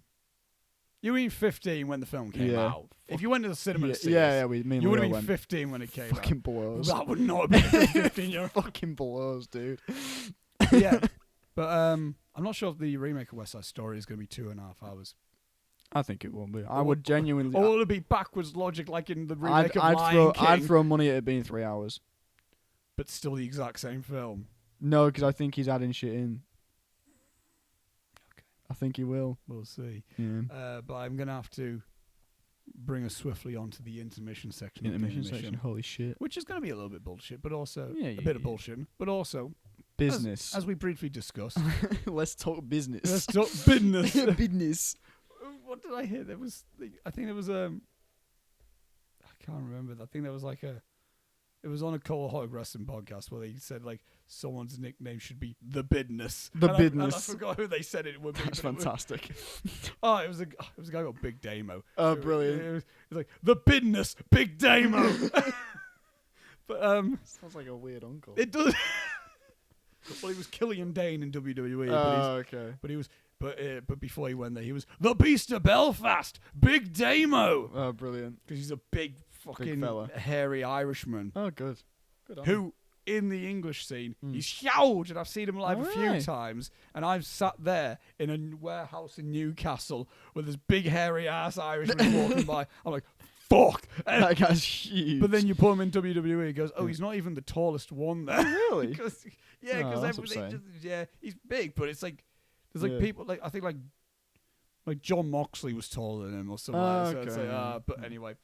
But yeah, business. We got GoFundMe's. We're fundraising. Yeah, baby. There's not we're getting ever so more close to the development of our no, we're not getting closer to production. Jesus Christ. No, that's a while off. But we're going to be we're in pre-production. We're starting within pre-production. Mm-hmm.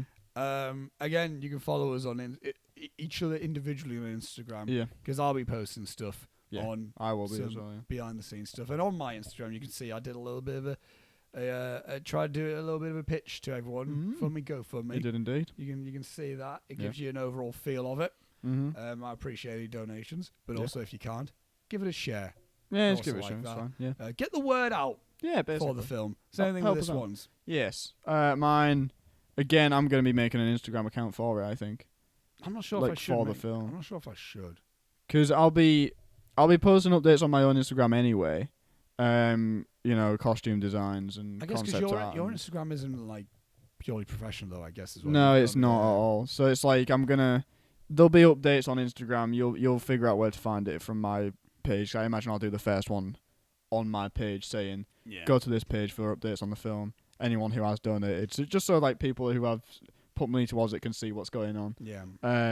So that'll be stuff like concept drawings for costumes, costumes as they're coming together, props, all that kind of stuff, so you can see what's happening. Maybe some effects tests and stuff like that, so you can see what the holograms are looking that's like. your thing, isn't it? Yeah, that's what I'm all about, baby. Making things difficult for myself. Let's fucking go. With mine, maybe some practical stuff. Yeah, exactly. Yeah. We're talking about doing some sort of effects. Oh, sweet. Not effects, but well, I mean, it's not much. If you need anything.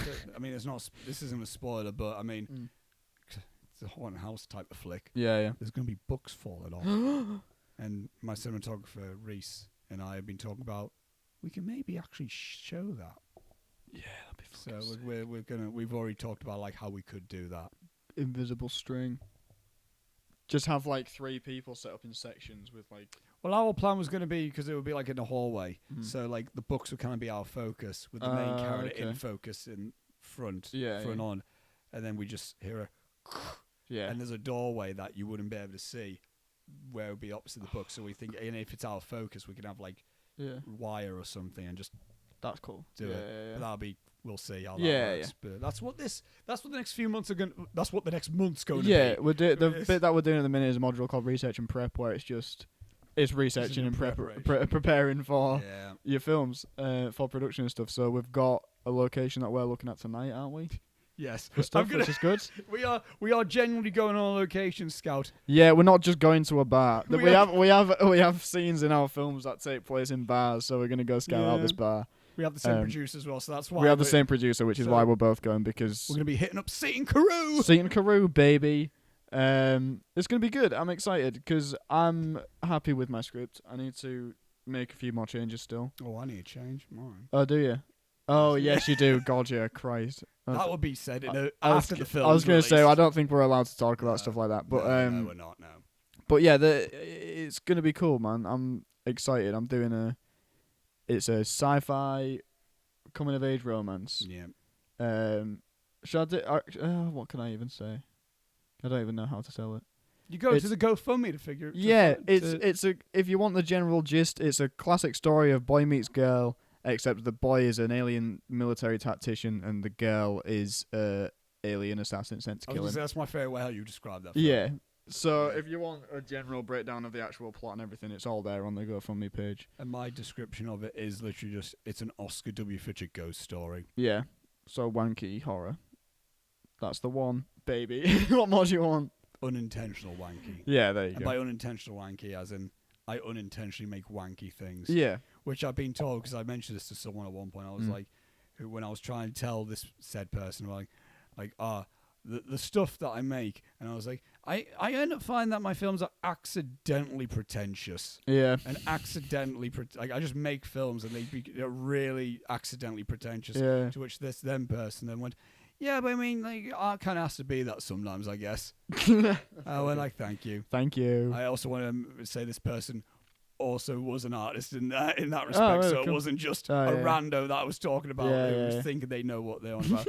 Person has some sort of an idea of that stuff. But yeah, accidentally. So I'm doing a ghost film. Yeah. And I'm really excited. Really excited. I'm very excited about yours. First time I'm doing a ghost film. Mm-hmm. Not the first time I've done a horror thing, though. Yeah. Yeah, back in 2018, I did a film called The Mystery of the Man in the Mask, which was accidentally an hour long. And by accidentally, it got to like it was released on. It was meant to be the Halloween special. For us. Okay. And it got to a point where we shot the final scenes on the early afternoon of October 31st. All right. And then I went back home. Yeah. Immediately kept editing it because me and my girlfriend were going out for a Halloween party at the time. So I was on iMovie. This is when I was editing on iMovie at the time. Excellent. Edit, finalize, because I had like an edit. I didn't just wait to Jesus Christ. Yeah. But so I was finalizing the edit, and then I finished. I was like, Jesus Christ, it's an hour long. And then I had to watch it all before we went. Holy and by the time it finished and we double checked it, it was like, okay, I've got enough time to export it and then upload it. And then I can make it public when I'm at the party. Yeah. So I was brilliant. So got it out there, and it's a film that I'm actually quite happy with. I'm show you clips of it because there's a good few things in there where I'm like, oh, you can see I was doing a lot of things. Then. Yeah. When I was filming on this camera. Oh, brilliant. It's a Panasonic camcorder, by the way. It is, yes. When I didn't use any audio equipment, Holy shit. used just that and edited an iMovie, and you can still see effects where I'm like, oh, okay, Oscar definitely did do this. Yeah. So, Oh, that's cool. but yeah. But I'm excited for mine. It's the first time that I get to actually do a properly written comedy thing. Because I don't, a lot of the stuff that I do write, I don't make. Like, the stuff that I did write hasn't been able to be what I like to do. yes, yeah. Like, a lot of my scripts are quite funny anyway. Just weird and quirky and whatever. This is my favourite thing you've written. Yeah, thank you. I've told you this, like, even Yeah, when your yeah. very first concept, like, Yeah. was it? Like, nearly 2 years ago. I now, wrote you- the initial script for this when I was 18, so 2-3 years ago. Yeah, when I first... It was during lockdown. Was Yeah. the first lockdown when I first read it. I was like... Yeah. I even yeah. told you, I was like, this is genuinely my favourite thing that you've Thanks, written. man. But yeah, it's like And I'm excited like- to see how it turns, how it's Yeah. transformed into this. because Crime Pilot, I was head writer on, but that wasn't really an opportunity to be funny or whatever. Yeah. I couldn't, I had it had my voice in there, but it wasn't my thing. Yeah. We were under very strict guidelines with what we could really do. Because it was like, you have to do a crime drama, it has to, and then you've kind of got to be in the constraints of a crime drama thing, and it's like, you can't really... I don't do a lot of crime drama, basically. Bear Hug, it's not really written. No, yeah. It has a structure, and it has plot beats that happen, and a payoff at the end, but it's not like you can get an idea of cool, quick, fun dialogue. Mm-hmm. This... The people are going to be reading lines that I've actually written and are intended to be funny and stuff, and I think it is funny, and I'm happy about it. I'm happy with it, so I'm excited. Have you done a man. new draft since I read the last one? The one that you read when we was in the edit suite the other Yeah. day? No. Okay, right. That's the draft as it stands at the minute. I've been going through it and making tweaks and stuff before I change it. I need you, when you do read mine, Yeah. I need your opinion on one specific line. Okay. Because I think about it, I go, oh, maybe I should take that out. But then I read it, I go, no, that's the point. Yeah. And then I think to myself, because I think when I read the line, I go, that might push a few buttons. Right. But then I'm okay. reading, I'm like, no, but I kind of want it to. Yeah. But I want to know how Okay. it reads. Yeah, I want to fair. know how it reads to you, type Yeah. of thing. I think mine is the ending is a little bit too tell, which is the next bit that I'm going to change. When you could trim it down. when though, she yeah, reveals yeah. that she's an alien and gives her backstory. I mean, This is not a twist. It's the I'm whole. I'm keeping mine very secretive in terms Alright, of things. fuck Yours is, yeah. I can't sell it to anyone without Yeah, explaining no, it. yeah, There's exactly, literally yeah. no way of explaining it. So when she gives her tragic backstory to him or whatever, I think it is way too much tell. I know it's kind of got to be, but you it know could what be might trimmed down. Lend a hand to you with that. Go on. This is not me just saying Yeah, it yeah, to yeah, be yeah. an absolute, like, of Yeah. course I'm recommending you this. Yeah. Maybe give a rewatch of Before Sunrise. Okay. I don't know. Because your film is It is not exactly like Before No, but Sunrise, but it's a rom-com, so you may as well. yeah, but like that's two young people talking Yeah. and expressing feelings, Yeah. and maybe see how they do it. Yeah, that might be a good shout. And, Yeah. like, Yeah. there's this, you can get this PDF script as well of that. So Oh you can see really? how it's Oh, written. okay, cool. Yeah. If you just look up like Before Sunrise. So I've been looking at the script of When Harry Met Sally, Oh yeah. which is I put that in the I've made like a little reading list for my crew to be like, these are the films you need to watch. Watch these. This is what we're doing. So it's like it's Scott Pilgrim, right. World's End, La La Land, When Harry Met Sally, and then the Mr. Miracle comic. No. And and I've put like a little paragraph next to each one of like why watch this and this is what you should take from this film. Have you given them like? Because I haven't done this yet, but I feel like I should. I've got a playlist, but there's a specific musician. There's a band called Cigarettes After Sex, which kind of have this really like ominous melancholy to it. I'm saving that So for I'm- actors. I'm kind of doing that, Yeah. but I'm saving that for the cast. I'm making individual playlists for the characters. Yeah, same. More so Yeah. for like I've got a big old Love Bethany playlist where it's like this is how the film should feel. Yeah. Then I make an individual character playlist in the sense like this is what this character will be listening to. Okay, yeah, cool. That's what Yeah, I'm yeah. doing. Because like for the bit when the paragraph next to When Harry Met Sally for me is just like the the film we're making is a rom-com and this is the rom-com, so watch it. If you haven't seen it, you can't make a rom-com without having seen When Harry Met Sally at some point in your life. That's fair. It's amazing. No, that's fair. Yeah. I would also throw Top 10 for me ever. Yeah. If you want to know like what started the formula for it, it happened one night. Yeah. From the 30s. Frank Capra film. I'll have a look at that. Yeah. I think that's in the possibility for talking about it in season 4. Okay, cool. Which I mean, that's not going to happen anytime soon. No, but it'll be next year. Yeah. One funny thing that I found out about my crew. Yeah, go on. I'm talking to Reese Bruce, my cinematographer. The boy, friend of the show. Friend of the show. Yeah. Will eventually be on something. Yeah, he's going to be on something here. And I'm telling him to like watch certain things. I'm telling my whole crew to like just watch The Lighthouse. Yes. That's the Bible That's for the this one. film. Watch it. I'm saying for everything. Yeah, for how it's in black and white. Yeah. For the cinematography. For the score, how it sounds. That's just the Bible for the film. But then I gave in other individual things. Like for Reese, I said for cinematography, obviously look at The Lighthouse. But look at The Shining. Right, okay. Of how that's framed and camera movement. Yeah. Because of how they use, obviously that's the invention of the Steadicam. So, yes. All that stuff. Yeah. And what else did I give him? I gave him Hereditary and Midsummer because of how they use aspect ratio. Because they use the same aspect ratio and it's more framing thing and they do it quite well with that. And certain camera movements as well. All right. And what else? What else did I give him? I think that was all the things I gave him in terms of like cinematography. Oh, and I said like look at Nosferatu in terms of the shadows. Oh, okay, yeah. And that stuff. Yeah. And then to which then Reese asked me, he was like, at one point he went, so do you want me like watch the whole films or like is it alright if I just like look at specific things and just skip through them? Me thinking he's just trying to think of time management. Yeah.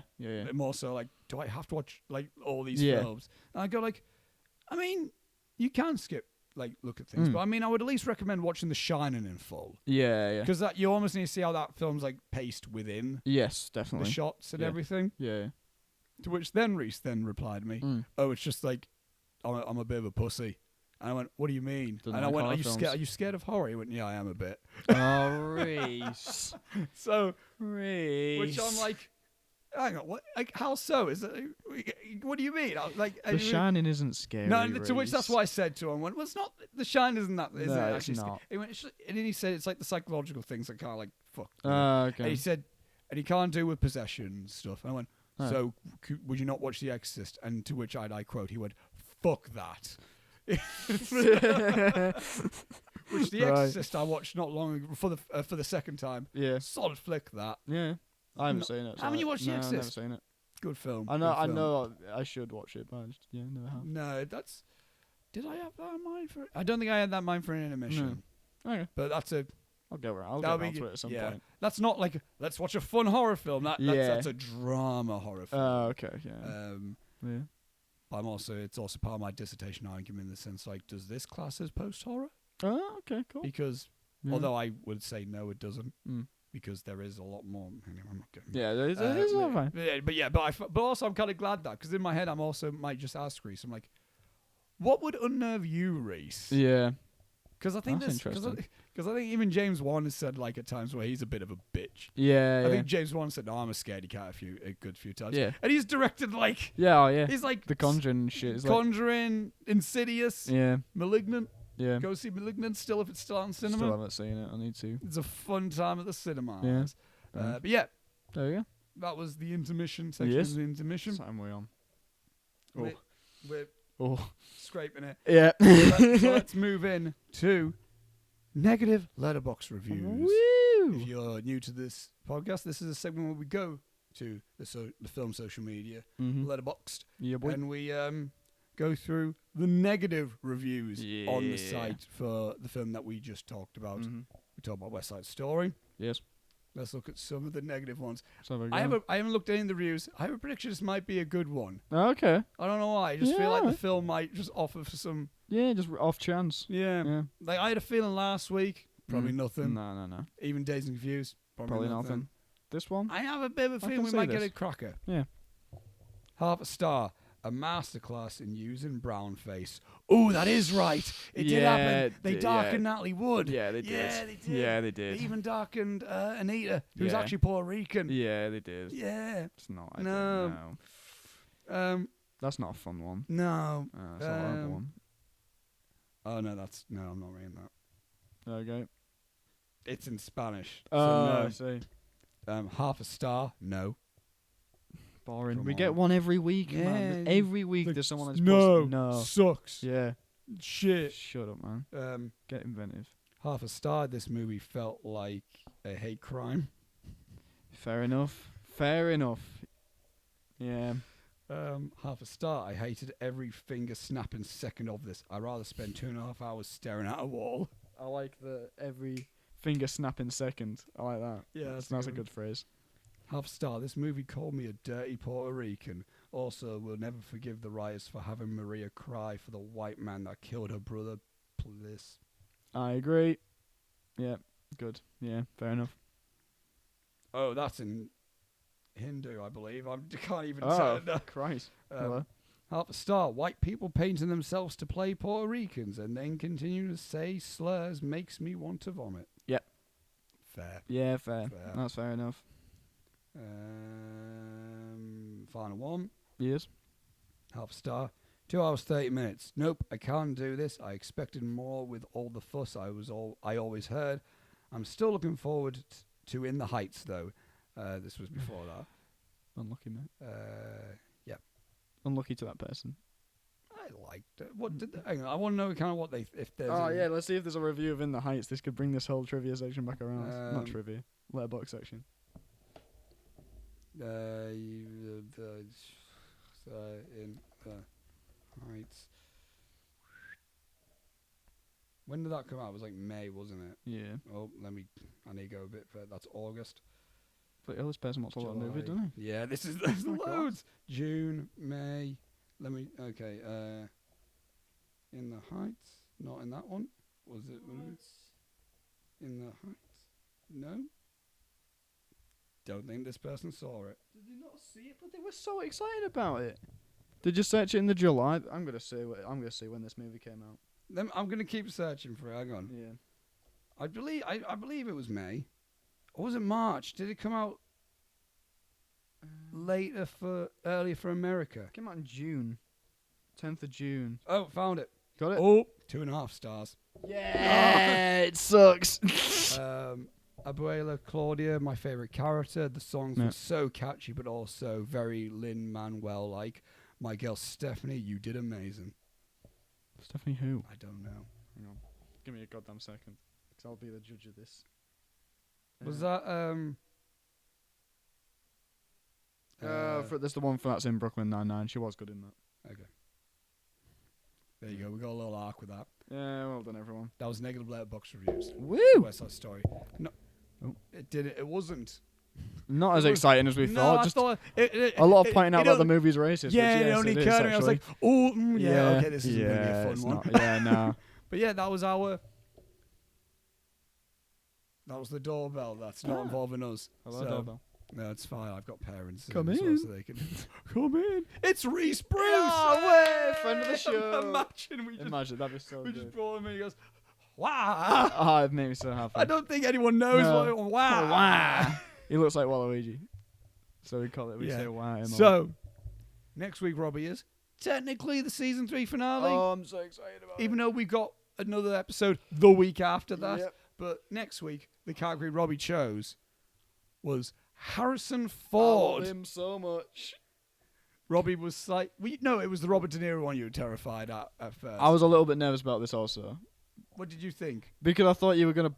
Because you know that I love Star Wars, you know that I love Indiana Jones, and you know that I love Blade Runner, and I thought you were going to pull out some shit like The Fugitive or something, and I was like, you good. son of a bitch. I was expecting to say just The Fugitive, and I was like, you bastard. The Fugitive is good. Or The Call of the Wild, you know that one where he's talking to a CG dog that came out like last year? Yeah, it sucks. It's not good. It's a bad movie. But Harrison Ford. Yeah. I almost went with...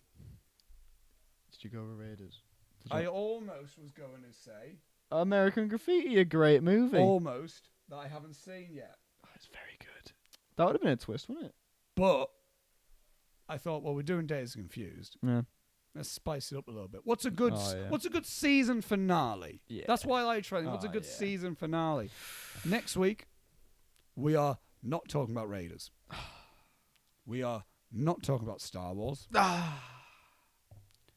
We are not talking about the theatrical Blade Runner. Next week, we are going to be talking about Blade Runner. Yes. The final The cut. final cut. Good, because that's the one I have on DVD. It's the only one I've seen. It's the only one I haven't seen. The only one. Yes, good. Have you not seen the final cut? Oh no, it's the, I one, thought it's you- the only one that I have seen. No, It's the yeah. only one that I have on DVD. As far as I'm aware, that's the only one that's necessary to Yes. watch. Yeah, yeah. So next week we're going to be talking about Blade Runner. Oh my god, I'm so excited. You'll learn my more in-depth opinions on that. Yeah. But a little hint, I have a very complicated relationship with Blade Runner. Really? Very complicated. I like it a lot. But it's not as good as 2049. As I said, I have a very complicated relationship with Okay. with both Blade Runner films. Really? Yeah. Okay. And you'll hear about it next week, hopefully Right. when we have a bit more time to spare as well. Yeah, yeah, yeah. We're cutting it. That'll be a long episode, I imagine. We I are think cutting so. it fine here. Yeah, we are We need to cutting beat it the fine. issue in 9 minutes. Anyway, we'll see you later. So we'll see you next week for Blade Runner, Yeah, the boy. final cut. Follow us on Instagram for updates about everything. Go to the GoFundMe's, not only for Love Bethany, not only for, A Story of Love and Interplanetary Warfare. but also for Midnight by Big Bad Anna Banana Banana Banana Banana Band. Yes. Big up to her for getting a bode on IMDb as well. Yeah, her short films has been put on Yeah, AMDb. nice one. What fucking So- legend. Yeah, absolute legend. Yeah. So support these projects. Yep. We 500 quid as well, isn't it? That you're, 500 quid. I've all raised all- 130 so far, last time I checked. as far as I'm aware, I've got 100 at the minute. Excellent. So we're both look. Fucking go. Yeah. So good stuff. Thank you Yeah. all for watching and listening. Also, remember links in the description Yes. for Mind, Samaritans, etc., etc., etc. You've Yes. survived your worst days, and you will keep surviving them. Thank you all for watching and listening, and till next week, we shall see you later. Oh, he's ended with a song. Oh, it's beautiful. Goodbye. Yeah, bye. I'm not doing a fucking song. Bye.